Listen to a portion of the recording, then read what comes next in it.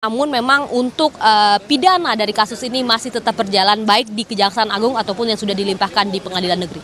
Oke, terima kasih Fedriska Ananda dan juga Jennifer Prapta atas laporannya. Selamat bertugas kembali. Dan kita masih terhubung dengan Heri Firmansyah, pakar hukum pidana Universitas Tarumanegara. Mas Heri, saya lanjutkan pertanyaan saya tadi. Bahwa apakah dengan kedatangan Presiden Prabowo ini, secara teknis sudah, secara moralnya, ini merupakan bagian dari komitmen Presiden untuk mendukung pemberantasan mafia korupsi di Indonesia, atau bagaimana menurut Anda dengan kedatangan ke kantor Kejagung ini?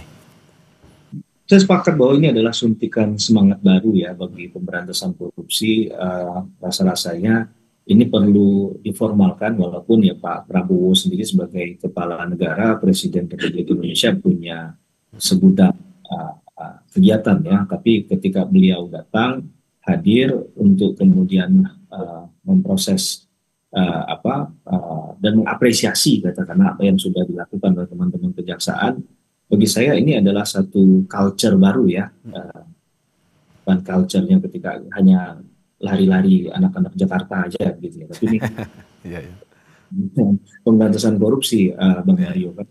Pimpinan tertinggi, panglima tertinggi pemberantasan korupsi di negara ini ya Pak Presiden, Pak Prabowo Subianto. Jadi dengan kehadiran beliau, siapapun akan tersampaikan message yang bahwa jangan main-main gitu.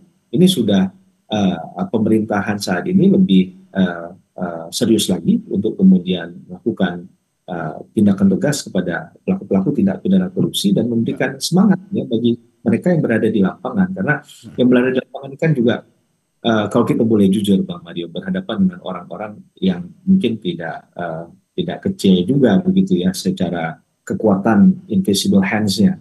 Jadi mereka juga perlu rasanya gandengan tangan juga, suntikan semangat dari Pak Prabowo begitu kan. Ya, Pak Prabowo nggak perlu ngomong pun menurut saya dengan beliau hadir itu sudah ada kesan yang mendalam begitu ya. Ada delivery message yang baik bagi asal pemberantasan korupsi kita. Dan satu catatan juga terhadap press conference yang akan mungkin dilakukan oleh teman-teman Kejaksaan Agung hari ini juga memantik semangat untuk penyidik lain dalam tindak pidana korupsi. Ada Komisi Pemberantasan Korupsi, ada teman-teman kepolisian untuk dalam tanda petik yang positif ya, Bang Mario, berlomba-lomba dalam mengembalikan kerugian keuangan negara.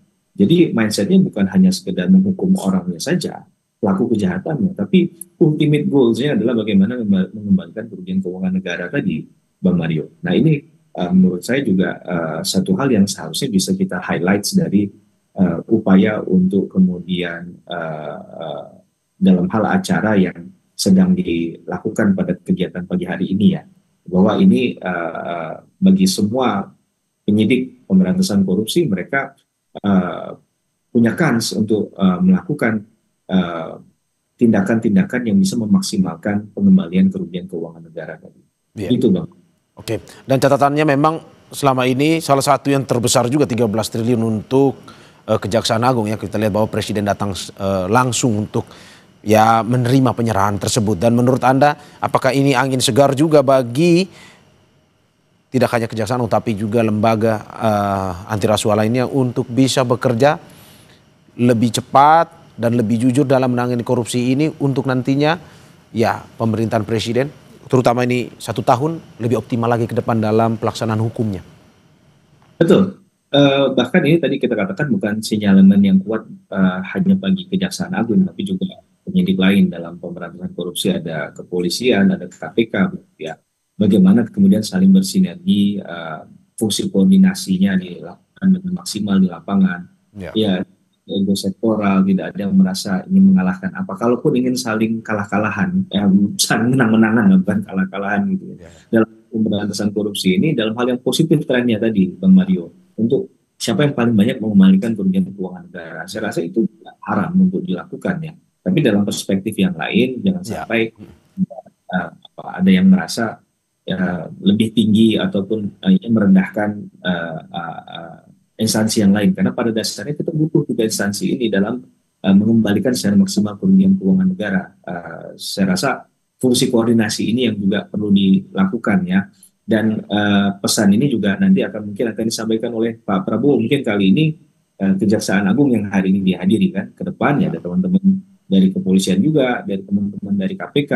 Karena kasus-kasus yang dihadapi oleh teman-teman di lapangan ini memang tidak mudah untuk membuka praktik-praktik kejahatan korupsi tadi.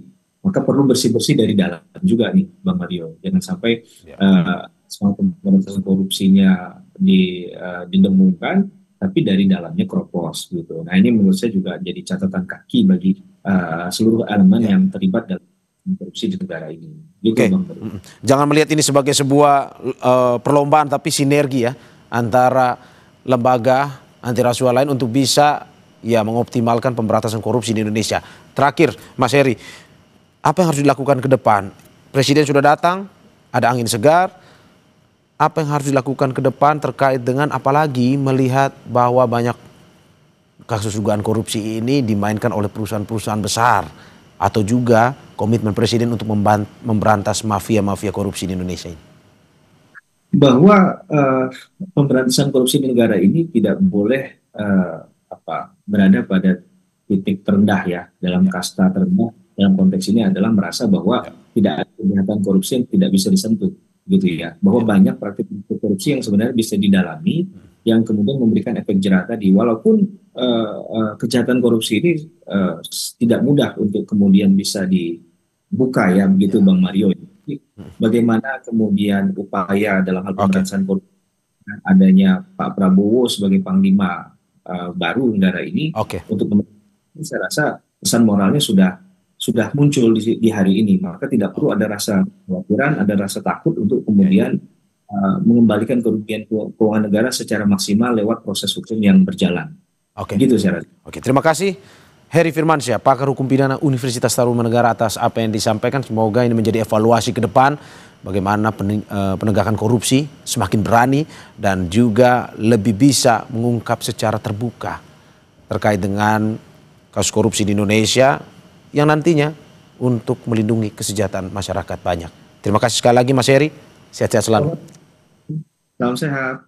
Dan saudara, saya akhiri breaking news Kompas TV pada hari ini terkait dengan dugaan korupsi fasilitas ekspor CPO, dan Anda bisa menyaksikan informasi tersebut di program Kompas TV lainnya. Saya Mario Sarung pamit undur diri. Sampai jumpa.